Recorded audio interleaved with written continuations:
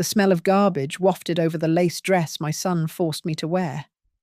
But I just smiled. Matthew had seated me next to the kitchen trash cans to keep me hidden.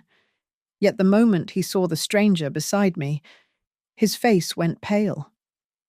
After 30 years of raising him and 6 months of his betrayal, he finally realized I had turned his wedding reception into the scene of his arrest. My name is Lorraine Whitfield. I am 62 years old, and I am currently seated exactly where I deserve to be, at least according to my new daughter-in-law. While the rest of the guests at the Skyline Crown Hotel are basking in the golden glow of crystal chandeliers and live jazz, I am tucked away in the far corner of the ballroom, wedged between a fire exit and the swinging metal doors of the service kitchen. Every 40 seconds, a waiter kicks the door open, and a blast of humid, greasy heat hits the back of my neck, carrying with it the distinct, metallic stench of lukewarm shrimp cocktails being scraped into a galvanized bin. Inside the main circle of light, the air smells of expensive perfume and fresh lilies. Out here, in the purgatory of Table 19, it smells like cold seafood and garbage. This is Harbour Crest, a town where appearances are everything. And tonight, my appearance is meant to remain invisible. My son, Matthew, stands under the floral archway, looking handsome and triumphant next to his bride, Sabrina Lane. They are laughing, holding flutes of champagne, accepting the adoration of 100 people. I watch them through the rim of my own glass. Being placed at this table, hidden behind a decorative pillar and the dessert cart, was not an administrative error by the wedding planner. It was a very clear, deliberate message from Sabrina. It was her way of telling me that I am merely an antique that has served its purpose, an obstacle to be pushed aside before the final disposal. She thinks I am humiliated. She thinks I am staring at the scuff marks on the floor, wondering where I went wrong as a mother.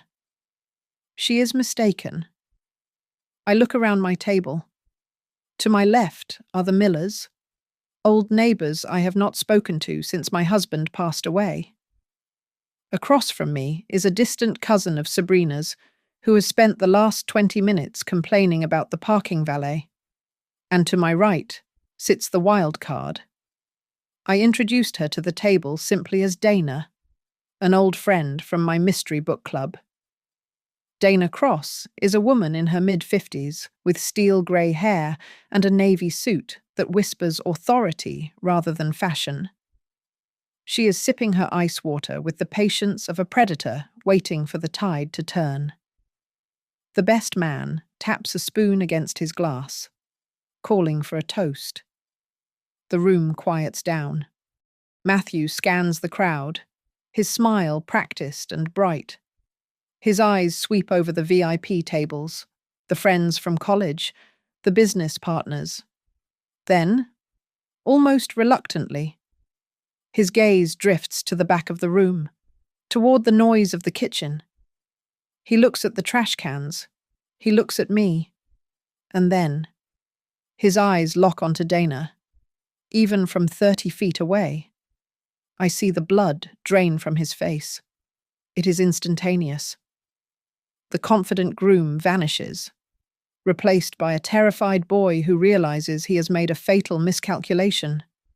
His hand jerks, a sharp, involuntary spasm, and red wine sloshes over the rim of his glass, staining his white cuff. He freezes, staring at Dana as if he has just seen his own executioner. I take a slow, calm sip of my drink. That panic in his eyes is the first honest emotion my son has shown in 6 months. He recognizes her. He might not know her name, or exactly why she is here, but he knows instinctively that a woman like Dana does not belong in a book club, and her presence at Table 19 means his safety net has just been slashed. I do not feel pity. I feel the cold satisfaction of a plan snapping into place. Sabrina thought she was banishing me to the trash to break my spirit, but she failed to realize that I chose this spot. I needed to be near the exit. In my mind, I check off the list I have been building since the autumn leaves started falling. Phase 1 was letting them believe I was weak and senile. Phase 2 was liquidating the assets they thought they were stealing.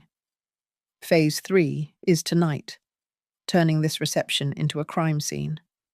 The band strikes up a waltz, signaling the first dance. Matthew is still staring at us, paralyzed. To understand why I am about to destroy my only son's life in front of everyone he knows, we have to go back.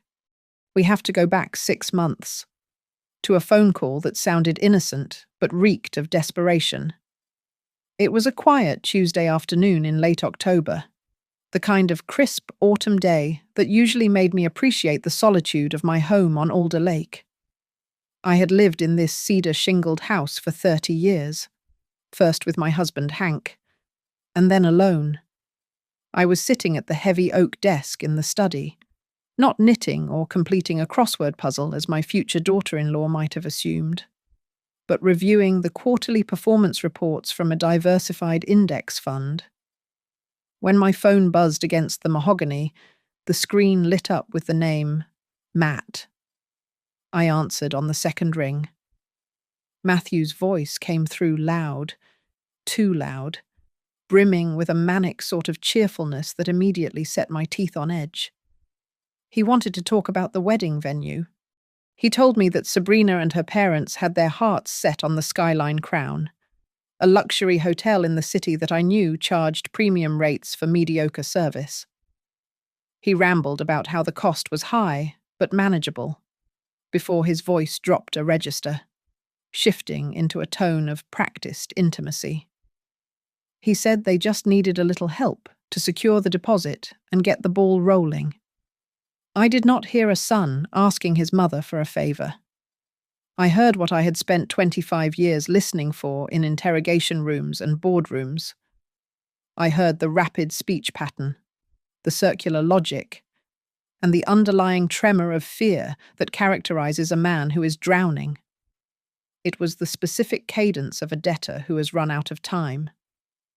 Then came the pitch.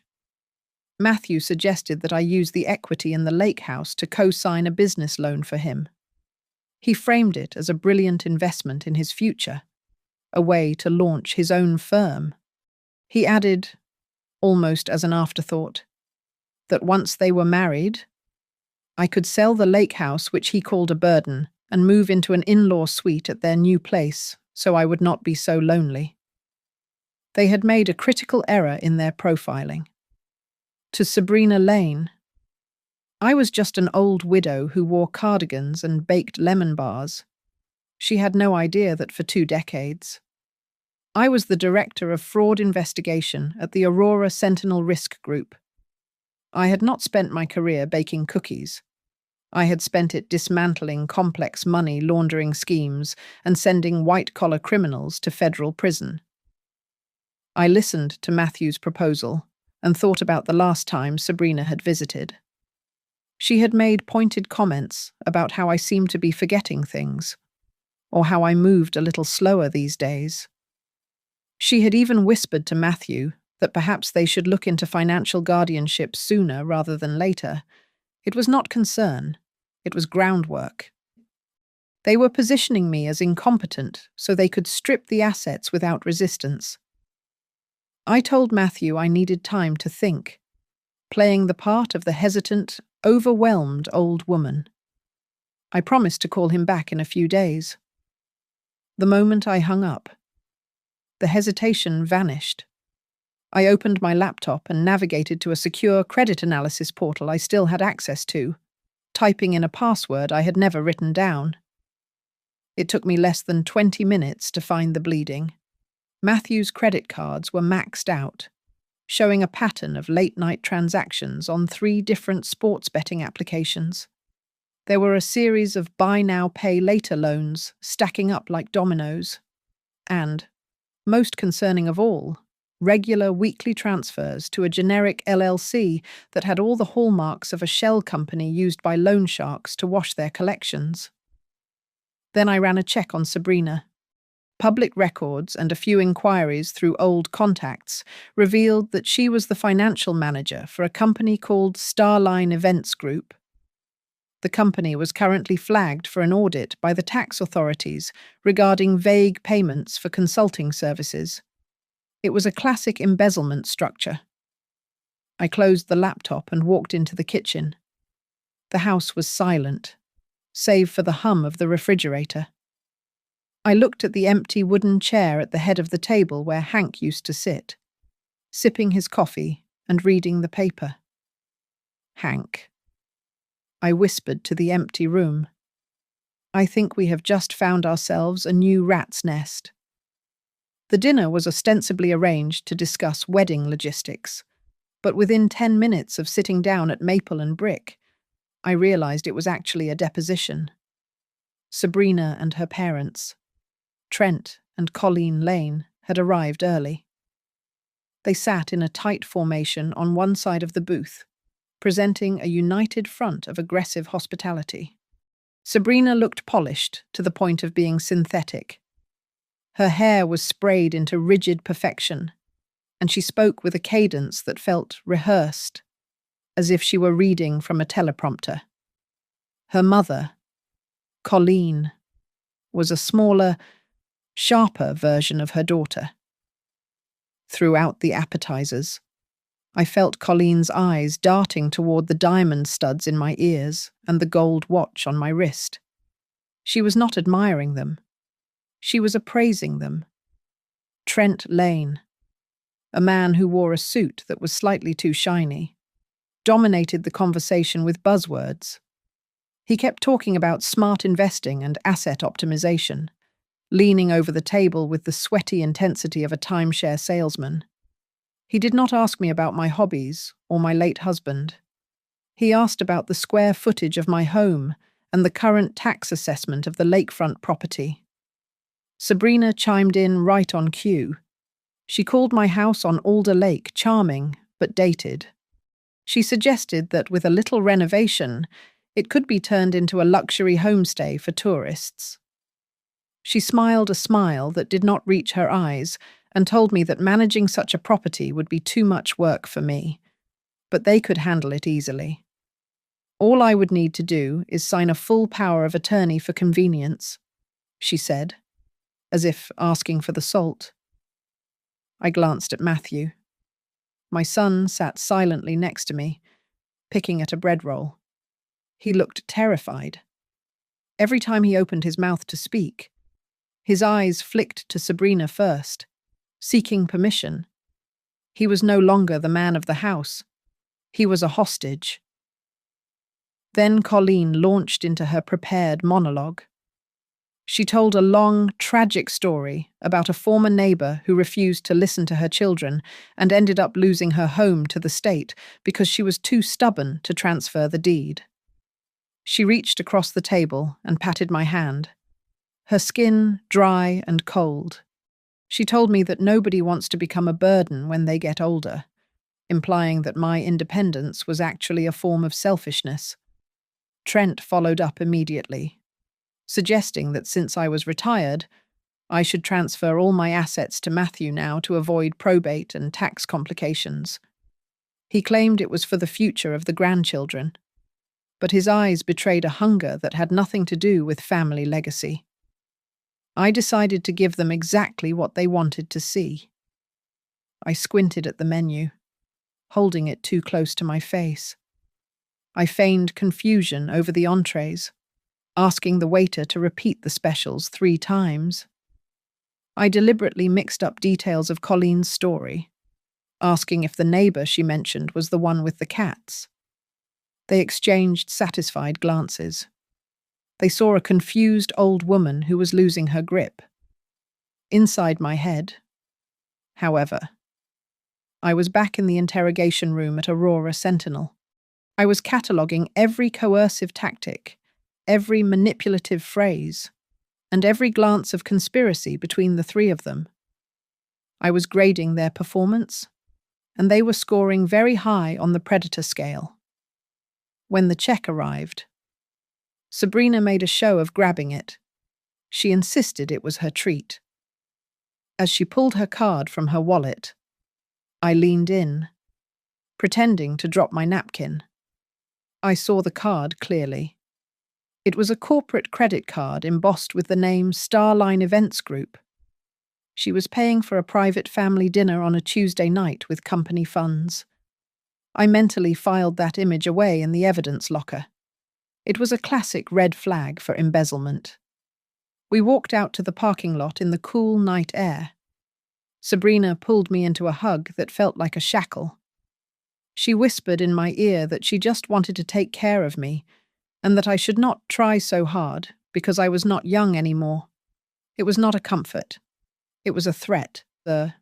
She was telling me to hand over the keys to the safe before they had to declare me mentally incompetent. I drove home alone in the dark.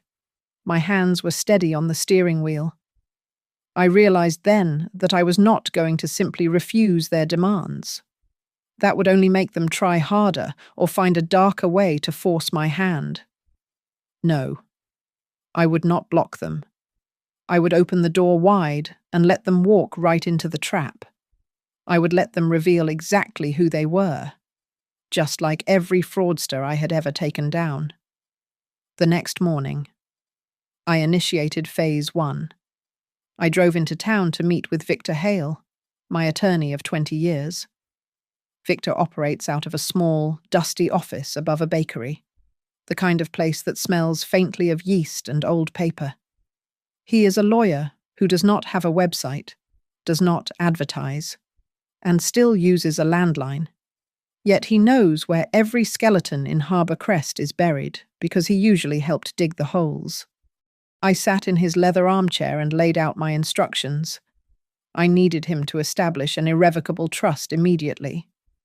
We called it the Henry Whitfield Foundation. Into this trust, I moved everything. My entire stock portfolio, the diversified index funds, the bonds, and the payout from my husband's life insurance policy. All of it was transferred out of my personal name and into the foundation's control.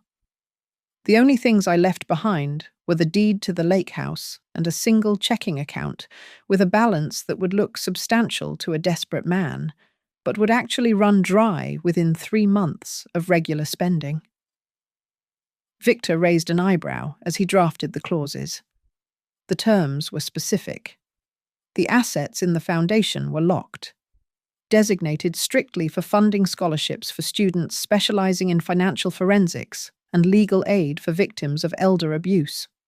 It was a detail I knew Sabrina would never bother to read until it was too late.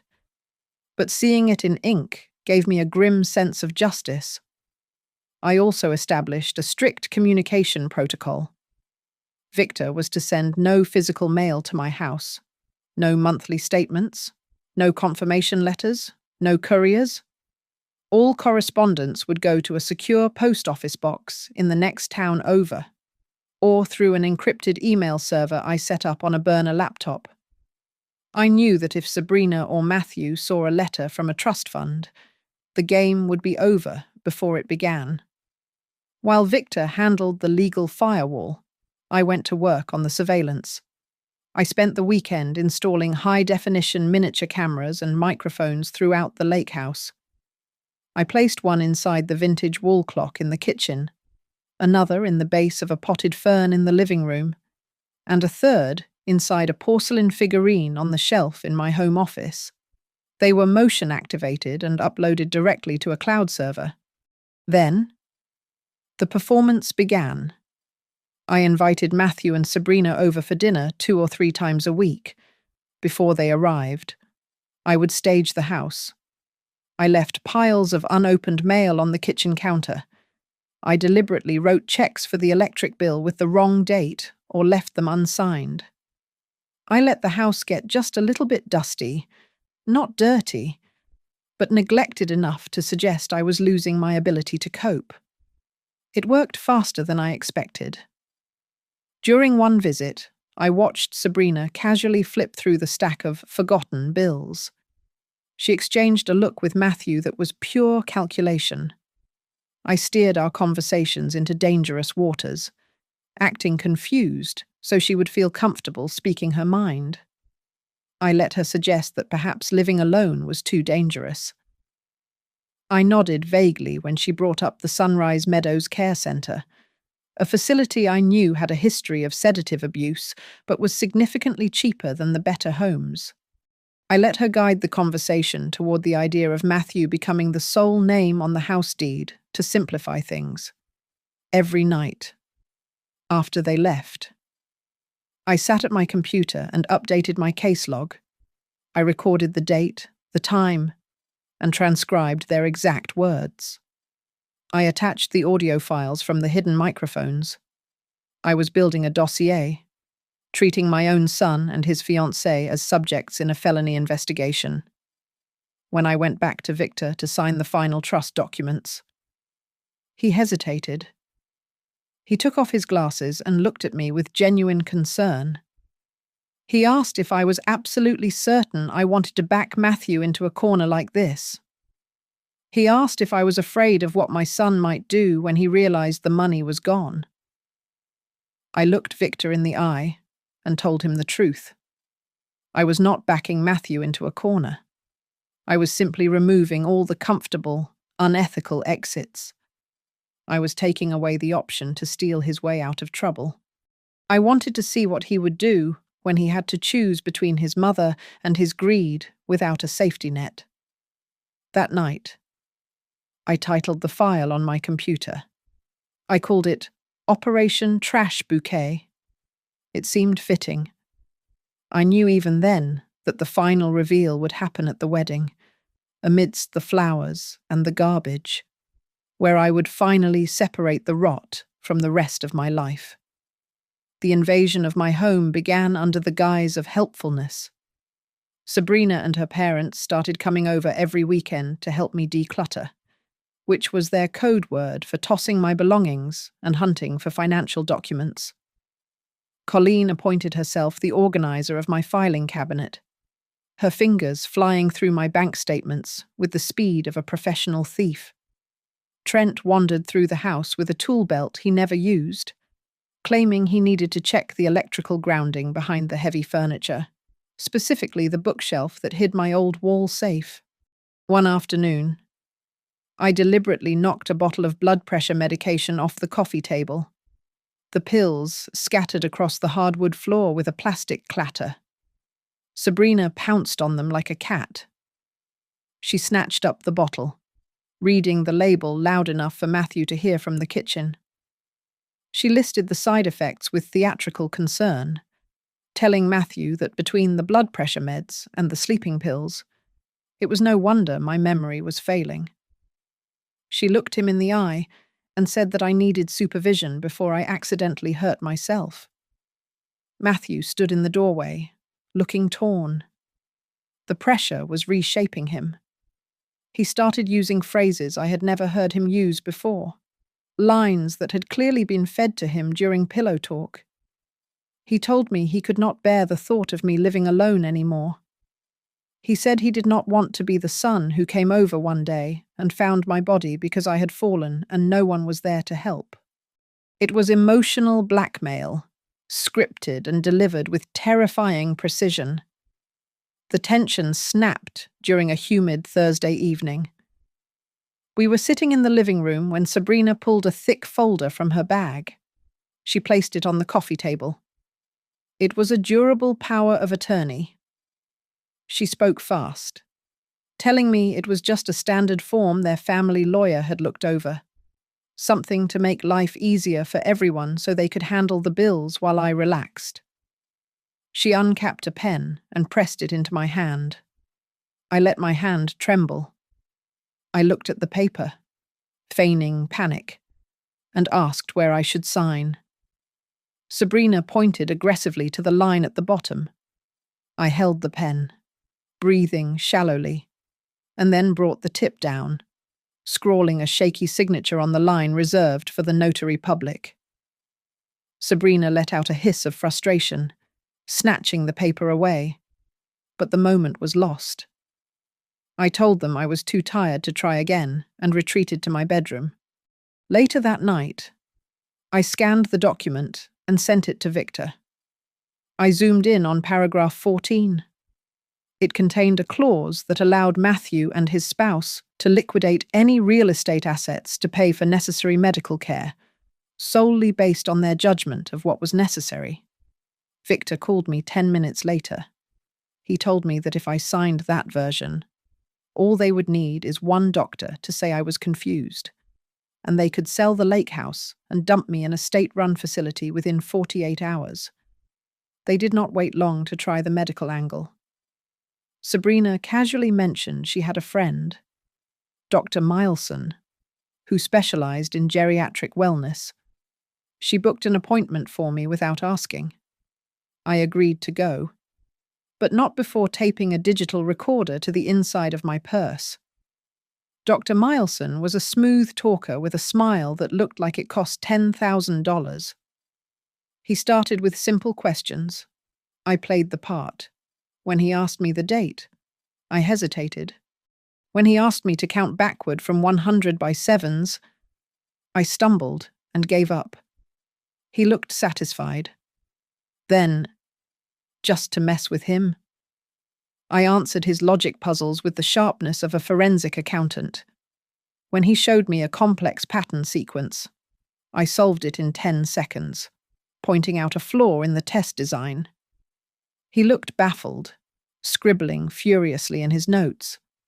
I asked him innocently if Sabrina had told him what result she was hoping for.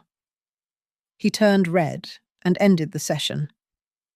Back at the lake house, Sabrina read the inconclusive report and lost her temper. She paced around my kitchen while I sat in the living room, pretending to doze off.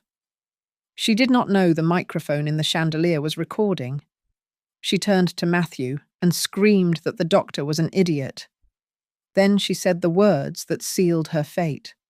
She told Matthew that if I did not sign the papers before the wedding, she would spread rumors through the entire town until everyone believed I had lost my mind. I listened to that recording at midnight. My hand rested on the save the date card on my desk. Up until that moment, I had planned to just protect myself. But hearing her threaten to destroy my reputation, to erase the person I was, changed everything. Defense was no longer enough. I looked at the date on the card. I decided then that I would not just stop them. I would use their own wedding to pull the entire corrupt structure down on top of their heads. Before I laid the final trap, I had to be certain of one thing. I needed to know exactly how deep the water was before I let my son drown in it. I reached out to a former colleague from the Aurora Sentinel days, a man who now ran a private forensic accounting firm. I asked him to dig into the dark web markers attached to Matthew's social security number. The report came back in 6 hours. It was worse than I thought. Matthew was not just overextended on credit cards. He was in the hole for $180,000 to an illegal sports betting syndicate operating out of Nevada. I sat with that number for a long time. $180,000. That was the price tag on my son's soul. I made a call to another old contact, a retired federal agent who still consulted for the Bureau. I cashed in a decade worth of favors to get a meeting with the Financial Crimes Task Force. I offered them the entire network I had uncovered, the shell company, the weekly transfers, the names attached to the lending ring. In exchange, I demanded a deal. I would act as a confidential informant and provide real-time data from the inside, but only if they quietly negotiated a cease and desist on Matthew's collection file as part of their larger sting operation. It took 3 days of negotiation. I ended up using a substantial portion of my own private savings money I had kept separate from the Henry Whitfield Trust to pay a cooperation restitution fee. It was essentially me paying off my son's gambling debt through a legal back channel to ensure his knees would not be broken. The debt was zeroed out. The sharks were called off. Matthew was safe. And he did not even know it was me who had shielded him. That night, I sat in my living room with the phone in my hand. My thumb hovered over Matthew's contact name. All I had to do was press the button. I could tell him that it was over. I could tell him that I had fixed it, that the debt was gone, and that he did not need to fear anyone anymore. I could tell him to leave Sabrina and come home, but my hand froze. I realized that if I saved him now, he would never learn. He would think that consequences were things that happened to other people. More importantly, if I told him he was safe, I would never know the truth. I would never know if he was trying to steal my home because he was terrified for his life, or because he was simply greedy. I needed to see what he would choose when he thought his back was against the wall. I put the phone down. I opened my investigation log and wrote a single line. From today, every excuse of being forced is a lie. 2 weeks later, the answer came through the hidden camera in the kitchen. Matthew was standing by the counter, pouring a glass of wine for Sabrina. His phone buzzed on the table. I watched him check the screen. It was a notification I recognized, a confirmation that the collection agency had ceased contact. He stared at it for a long moment. His shoulders dropped. The tension left his jaw. He knew. He knew the threat was gone. Then he turned to Sabrina. He looked her in the eye and said that if they did not get me to sign the papers by the weekend, the loan sharks were going to kill him. I felt the air leave my lungs. He was safe. He knew he was safe. Yet he was still using the threat of violence to manipulate his fiancée into accelerating the theft of my home. He was not a victim. He was an accomplice. That was the night I finally cried. I sat in the dark and wept. Not for the house, and not for the money. I cried for the little boy with the scraped knees I used to hold, realizing that he was dead and buried, replaced by the stranger on the screen. When the tears stopped, I felt nothing but a cold, hard clarity.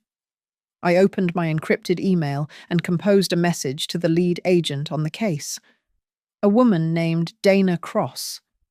I typed that I was fully prepared to testify against the entire ring, including the participants in the fraud at Starline events. I had only one condition. I wanted the takedown to happen at a specific time and place. I wanted the handcuffs to click only after Matthew said I do. I met Dana Cross at a quiet coffee shop on the outskirts of town, the kind of place where truckers stopped for caffeine and nobody eavesdropped. To the casual observer, we were just two middle-aged women catching up over lattes. In reality, we were finalizing the logistics of a federal raid. Dana was no longer just an old contact. She was currently a lead prosecutor for the Financial Crimes Division, specifically targeting elder abuse and corporate fraud. She slid a manila folder across the table and kept her voice low. She confirmed that the evidence I had provided regarding Starline Events Group was a goldmine. Sabrina had been siphoning funds for months, but she had gotten careless. She was using corporate accounts to pay for the florists, the caterers, and even the venue rental at the Skyline Crown. The wedding was not just a celebration, it was grand larceny. I told Dana I did not want them picked up quietly at home. I wanted it done at the reception. The Lane family treated life like a performance, so I wanted to give them an audience. I had one non-negotiable condition. However, I made Dana promise that no children would be in the line of fire or traumatized by the takedown. Dana looked at the woman over the rim of her glasses. She warned me that if we did this, Matthew could end up in handcuffs too. She reminded me that if my son had knowingly signed any of those fraudulent checks or contracts, He would be charged as an accessory. I did not blink. I told her that if he chose to sign his name next to a crime, then he had made his choice. For the next 3 weeks, I played the role of the doting, slightly fading mother perfectly. I hemmed napkins. I tasted cake frostings and smiled at Sabrina's mother while she made backhanded compliments about my shoes. Meanwhile, every night, I was forwarding copies of Sabrina's vendor emails to the secure server at the prosecutor's office. Every deposit she paid with the Starline company card was another nail in her coffin. The agency had the Starline offices under surveillance, and Dana's team was prepping the search warrants. But they held back, waiting for the big day. The hardest part was getting Dana inside. I insisted on bringing a +1. Sabrina fought me on it, saying it would be better if I sat alone so I would not be overwhelmed. I pushed back, playing the lonely widow card, until she finally sighed and agreed, on the condition that my guest was invisible and did not embarrass them. Then came the seating chart. I pulled Matthew aside and told him not to worry about putting me at the head table. I told him I wanted to be near the doors, just in case I needed fresh air. Sabrina took that request and twisted it with malicious glee. She assigned me to table 19, right next to the kitchen swing doors and the garbage disposal area. She thought she was shaming me. She did not realize she was giving my federal agent the perfect vantage point to secure the exits. Dana was ready. Under her sensible dress, she would be wearing her badge, inside her clutch, instead of lipstick. She had a secure phone linked directly to a tactical team that would be waiting in the hotel parking structure. The night before the ceremony, I stood on the porch of the lake house. I looked at my reflection in the sliding glass door. I touched the wrinkles on my face, the lines that Sabrina called signs of decay. I whispered to the empty air that tomorrow, my son would finally understand why I never bowed my head, even if, by then, it was too late for him to come back. The Skyline Crown Ballroom was a masterpiece of stolen extravagance. Crystal chandeliers dripped light onto tables covered in white silk, and the air was thick with the scent of imported orchids. A massive backdrop of white roses framed the gold-plated sign reading Matthew and Sabrina.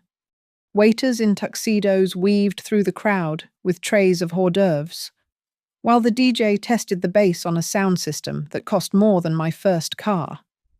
It was beautiful, and every single inch of it had been paid for with embezzled corporate funds that only Dana and I knew about. I arrived early, deliberately slowing my pace to a shuffle, playing the role of the frail, fading mother to perfection. Sabrina intercepted me near the entrance with a smile that was as rigid as her hairspray. She looked me up and down and told me I looked fine, her tone suggesting she was surprised I had managed to dress myself. She took my arm, her grip a little too tight, and steered me away from the VIP section toward the swinging doors of the service entrance. She pointed to a small, isolated table right next to the stainless steel trash bins. She told me she had put me there so I would be away from the noise and could have some peace. I looked at the garbage cans and the kitchen door that was propped open, letting out the clatter of dishwashers and shouting staff. I looked back at her and blinked slowly. I told her that as long as I could see her from a distance, I was happy. She took it as submission. I knew it was the bait. Dana arrived 10 minutes later, wearing a navy dress that was nondescript enough to blend in, but tailored enough to hide her badge. I introduced her to the confused neighbors at our table as an old friend from Aurora who shared my love for mystery novels. I carefully omitted the words federal prosecutor and government witness. From my vantage point by the trash, I watched Matthew at the head table. He was fidgeting, straightening his tie every 30 seconds. He kept glancing toward me, then quickly looking away to laugh at something his new father-in-law said. The Lane family was preening, treating the wedding like a coronation. When the MC announced the couple, Sabrina dabbed at her eyes, performing the role of the blushing bride. I watched her through the glass of my water goblet and remembered the last time she looked at me with that intensity. She had told me that if I did not sign the papers, she would put me in a home where the lights were neon white and the meals came on plastic trays. Midway through the appetizers, Colleen Lane slid over to my table. She looked around to make sure no one important was watching, then leaned down. She whispered that after dinner we would go to a small private room nearby to sign a few papers. She called it a surprise gift for the kids to give them peace of mind. I made my voice tremble. I told her that I was just an old woman who did not know anything about business, so I would do whatever the children arranged. Colleen beamed, patting my shoulder with a triumphant smirk before heading back to the party. She had no idea that Dana was memorizing every word, mentally filing the conversation under evidence of coercion and elder abuse. Across the room, Matthew's phone rang. He looked at the screen, frowned, and stepped out into the hallway. I knew exactly who was calling. It was the bank manager. Matthew was about to find out that the joint account he thought held the bulk of my liquid assets was now drained down to enough for maybe 2 months of groceries. He was also about to hear the name Henry Whitfield Foundation for the first time. When Matthew walked back into the ballroom a few minutes later, he looked like a ghost. He stood by the entrance, staring at the head table. Then his eyes drifted to the back of the room. He saw me sitting next to the garbage cans, chatting calmly with Dana. He thought about the emails Sabrina had sent, claiming I was suffering from dementia. He thought about the empty bank account. For the first time in his life, the blood went cold in his veins. He realized he was not the hunter closing in on a senile prey. He was the prey. After the main course was cleared, Sabrina decided it was time for the final humiliation. She leaned over to the band leader, whispered something, and then the music cut out. She grabbed a microphone and announced with a bright, sugary voice that they would love to hear a few words of blessing from the mother of the groom. She did not invite me to the stage. Instead, she had a waiter run a microphone all the way back to table 19, right next to the swinging kitchen doors. The spotlight hit me, blinding and harsh, highlighting my exile near the trash cans for every guest to see. I stood up slowly, letting my hand tremble just enough to be visible. I walked into the center of the room, clutching the microphone. I could feel the eyes of the Lane family's guests on me. They looked at me with a mix of pity and annoyance, as if I were a smudge on a perfect photograph. I cleared my throat. I spoke softly, forcing them to lean in. I said that raising a son is a long lesson in letting go. I told a story about Matthew when he was 5, how he once broke a neighbor's window and offered his entire piggy bank to fix it. I smiled at him, a sad, knowing smile. Then I said that love is not about what you can take from someone, but what you are willing to return. I finished by looking him dead in the eye and saying that my only prayer for tonight was that my son would choose to give back, rather than taking the very last things I had left. The silence in the ballroom was thick and uncomfortable. Sabrina snatched the microphone from my hand almost before I finished. She laughed, a loud, brittle laugh that echoed too much. She told the crowd that I was clearly tired and emotional, and she was going to help me rest. She clamped her hand around my upper arm, her nails digging into my skin, and marched me not toward the exit, but toward a small conference room just off the main hallway. Colleen and Trent were already inside waiting for us. On the mahogany table sat a thick stack of documents. The door clicked shut behind us, and the noise of the party vanished, replaced by the hum of the air conditioning. Sabrina dropped the mask instantly. Her face twisted into a sneer. She shoved the papers toward me. It was the durable power of attorney and the deed transfer for the lake house. She told me to sign them immediately. She said, if I did not sign them now, she would file for immediate guardianship in the morning, and I would lose the right to choose anything ever again. I looked at Matthew. He was standing in the corner, studying the pattern on the carpet. I asked him one last question. I asked him if he truly believed I was not lucid enough to understand what I was signing. He did not look at me. He just muttered that I should not make this difficult for them tonight. I picked up the pen. I hovered it over the paper. Colleen let out a breath she had been holding. Trent grinned. They thought they had won. The door opened. Dana Cross stepped in, looking flustered. She asked if everything was all right and said she was looking for the ladies' room. Sabrina spun around, her eyes wild with stress. She screamed at Dana to get out. She yelled that this was a private family matter and that Dana had no right to be there. In her anger, she shouted that the whole town knew I was no longer mentally competent and they were simply doing their legal duty to protect the assets. That was the admission we needed. I set the pen down on the table with a distinct click. The tremble in my hand vanished. I looked at Sabrina, then at my son. I told Sabrina she was right about one thing. This was indeed a legal matter.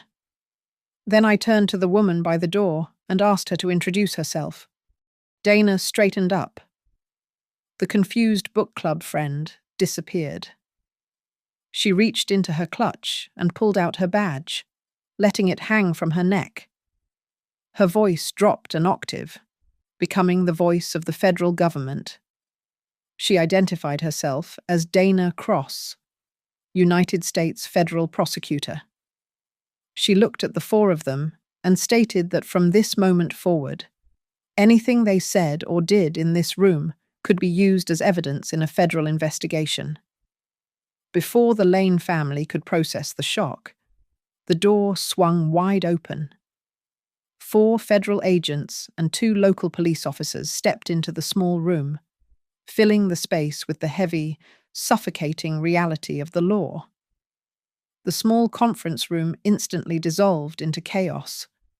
Sabrina began shrieking that she demanded her attorney, her voice cracking with a hysteria that shattered her carefully curated image. Trent tried to force a laugh, stammering that there must be some terrible misunderstanding, while Colleen simply sank into a chair, trembling so hard her jewelry rattled. Outside the door, the guests were beginning to murmur, the sound of confusion rising over the music. The DJ, clearly panicked by the sudden influx of police, awkwardly cranked the volume up, blasting a generic pop song that clashed violently with the scene unfolding inside. Dana ignored the noise. She opened a folder and read the search warrant in a voice that cut through Sabrina's screaming like a razor. She authorized the immediate seizure of the bridal suite safe, specifically the envelopes of cash gifts, and produced copies of the contracts with the wedding planner. Every single invoice was signed under the Starline Events Group corporate account. Dana held up the papers, proving that Sabrina had not just embezzled money, she had used stolen funds to throw a party for herself in front of the very people she was defrauding. A federal officer stepped forward and slammed a thick binder onto the mahogany table. It contained the copies of the emails Sabrina had sent to her staff, instructing them to falsify invoices, alongside the transaction reports I had secretly provided. Sabrina stared at the documents, Her face went slack. She looked at the papers the way a person looks at their own autopsy photos. She was completely exposed. Dana turned to me, her expression softening just a fraction. She asked me, in front of everyone, if I wanted to formally report the coercion, the intimidation, and the conspiracy to force me into a nursing home against my will. I looked at my son, then at his wife. My voice did not shake. I said yes. I told Dana that I wanted to file charges and that I had recorded every single conversation in my home for the past 6 months.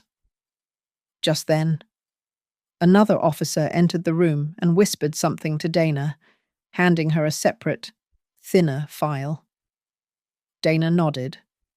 She walked over to Matthew and placed the file in front of him. She explained calmly that the federal investigation into the illegal gambling ring had been concluded weeks ago. She told him that his debt of $180,000 had been paid in full exactly 6 weeks ago via a confidential restitution agreement. Matthew looked up, confused. He asked who paid it. I looked straight at him. I told him that I did. I explained that I had cleared his debt when he was too terrified to even admit it existed. I told him I wanted to see what he would do with his freedom once the fear was gone. I wanted to see if he was stealing from me because he had to, or because he wanted to. I told him that tonight. He gave me his answer. Matthew collapsed into his chair. The colour drained from his skin. He opened his mouth to speak, to use the old excuse that he was being threatened. But the words died in his throat. The reality crashed down on him. He was safe. He had been safe for weeks. Yet, he had still stood by while his wife called me a bag of assets. He had still prepared to sign the papers to take my home. When the officer pulled his arms back to handcuff him, he did not fight. He just crumbled into a silence that was far more pathetic than Sabrina's screaming. As the officers hauled them up, Sabrina began to thrash, lunging toward me. She screamed that I could not take everything from Matthew, that he was my son and he had a right to the lake house. I just shook my head. Victor, my lawyer, stepped through the doorway at that exact moment. He handed a document to Dana and read the clause aloud for Sabrina to hear. He explained that under the charter of the Henry Whitfield Foundation, the lake house and all assets were legally bound to be liquidated upon my death, with 100% of the proceeds going to a legal defense fund for elderly victims of domestic abuse. Matthew would not see a single penny, ever. The police led them out through the service corridor to avoid the main crowd, but the flashing lights outside had already drawn attention. I walked back into the ballroom alone. The music was fading as the confusion spread. I returned to my table by the trash cans. I picked up the centerpiece, a bouquet of white roses that had started to wilt in the heat from the kitchen, and set it upright. I did not look back at the guests or the ruin of the party. I pushed open the rear service door and stepped out into the night. I stood next to the row of stainless steel dumpsters, taking a deep breath of the cold, salty ocean air. I felt a heavy, crushing grief for the son I had lost. But beneath it, there was the clean, sharp relief of survival. I was no longer a target. I was free. The heavy metal door clicked shut behind me, closing the book on the wedding, the family, and the son I used to know. Thank you so much for listening to my story. It really means a lot to share this with you. I would love to hear where you guys are tuning in from, so please drop a comment down below and let me know your city or state, and tell me what you would have done in my shoes. If you enjoyed this story, please make sure to subscribe to Grandma's Family Diary, hit that like button, and smash the hype button to help this video reach more people who need to hear it.